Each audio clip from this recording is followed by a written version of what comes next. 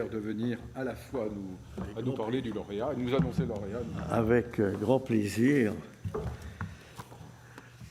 C'est un grand plaisir une nouvelle fois d'être ici avec vous, puisque un mot sur cette journée qui dure depuis 22 ans maintenant et qui est un rendez-vous tout à fait exceptionnel puisque c'est un temps d'échange et de rencontre avec les grandes questions économiques actuelles.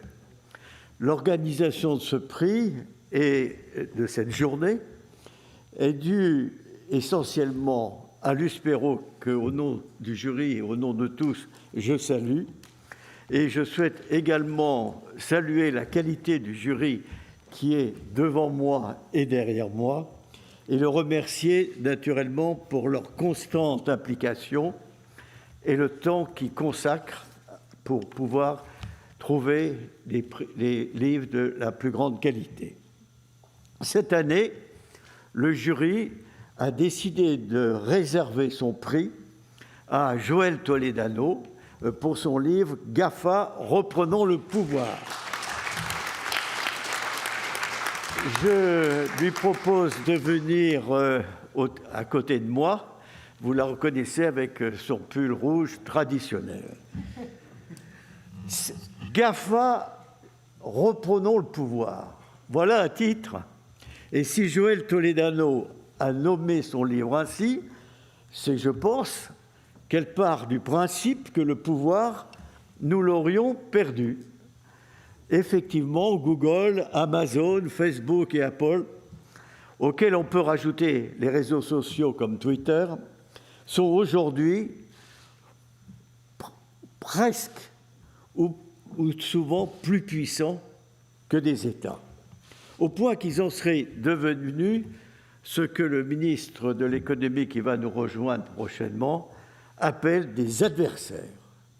Quelle meilleure preuve que l'actualité d'ailleurs de ces derniers jours, 2 jours après, vous le savez tous, que le Congrès américain a été envahi, Twitter décide de suspendre le compte de 88 millions d'abonnés de Donald Trump. Il était encore président des États-Unis jusqu'à aujourd'hui midi. Facebook, Snapchat ou YouTube, on en fait de même. De leur propre chef, c'est ça qui est le plus important, et dans la foulée, naturellement, Google, Apple et Amazon ont également fermé l'accès à Parler, que vous savez est l'application utilisée par les partisans de Trump. Tout cela où? Tout cela dans le pays du premier amendement. Pour mémoire, Google détient 93% de son marché. Et dire, chers élèves, que la France, oui, la France, avait inventé le moteur de recherche dans les années 70 avec le Minitel.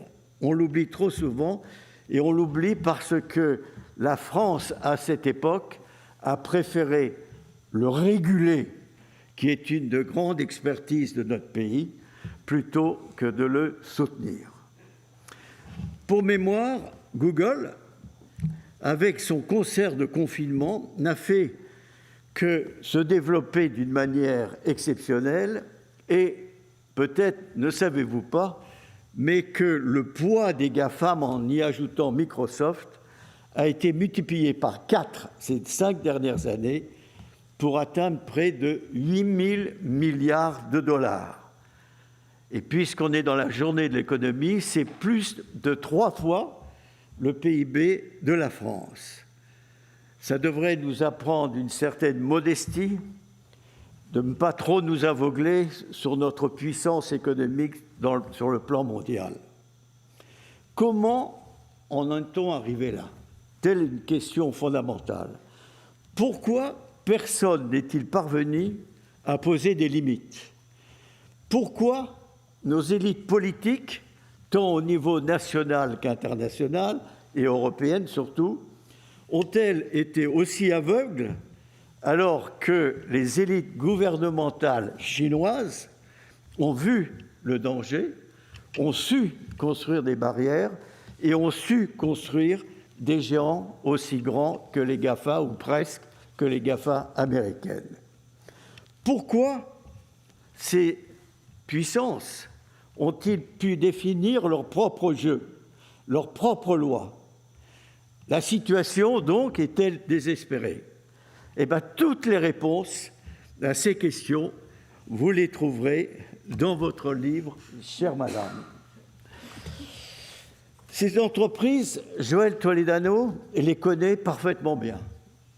Elle est professeure émérite d'économie à Dauphine, elle les a donc étudiées à fond, mais elle les a aussi surveillées, car elle faisait partie, entre 2005 et 2011, de l'ARCEP, l'une des très nombreuses autorités de régulation, dont là aussi nous sommes un des champions mondiaux.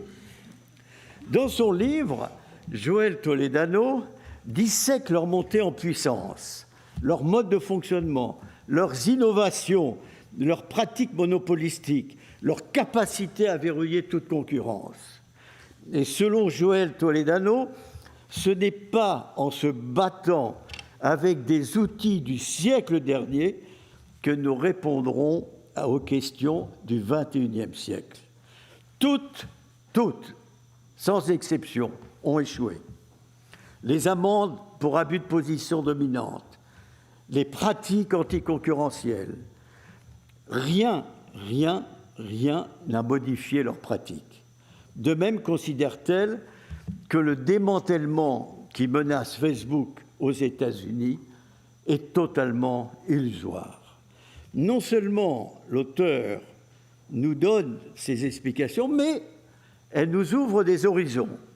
Non seulement il ne serait pas trop tard que les citoyens et leurs représentants élus reprennent le pouvoir, mais elle propose, elle aussi, des formules de régulation. Et là, comme vous le savez, dans ce domaine, nous sommes des experts mondiaux. Si certaines de ces solutions peuvent s'appliquer aux 4 entreprises, comme par exemple la transparence des algorithmes, elles préconisent de ne surtout pas considérer les GAFA comme un tout. Elles considèrent qu'il faut les choisir un traitement spécifique pour chacun d'entre elles, pour qu'elles continuent leur développement dans le respect de l'intérêt commun. Votre livre, en plus, est d'une clarté limpide, elle est sur le plan pédagogique d'une qualité exceptionnelle. Tout nous revenait au jury de vous désigner aujourd'hui comme la lauréate du 22e prix du livre de l'économie. Un très grand bravo de la part de l'ensemble de notre jury.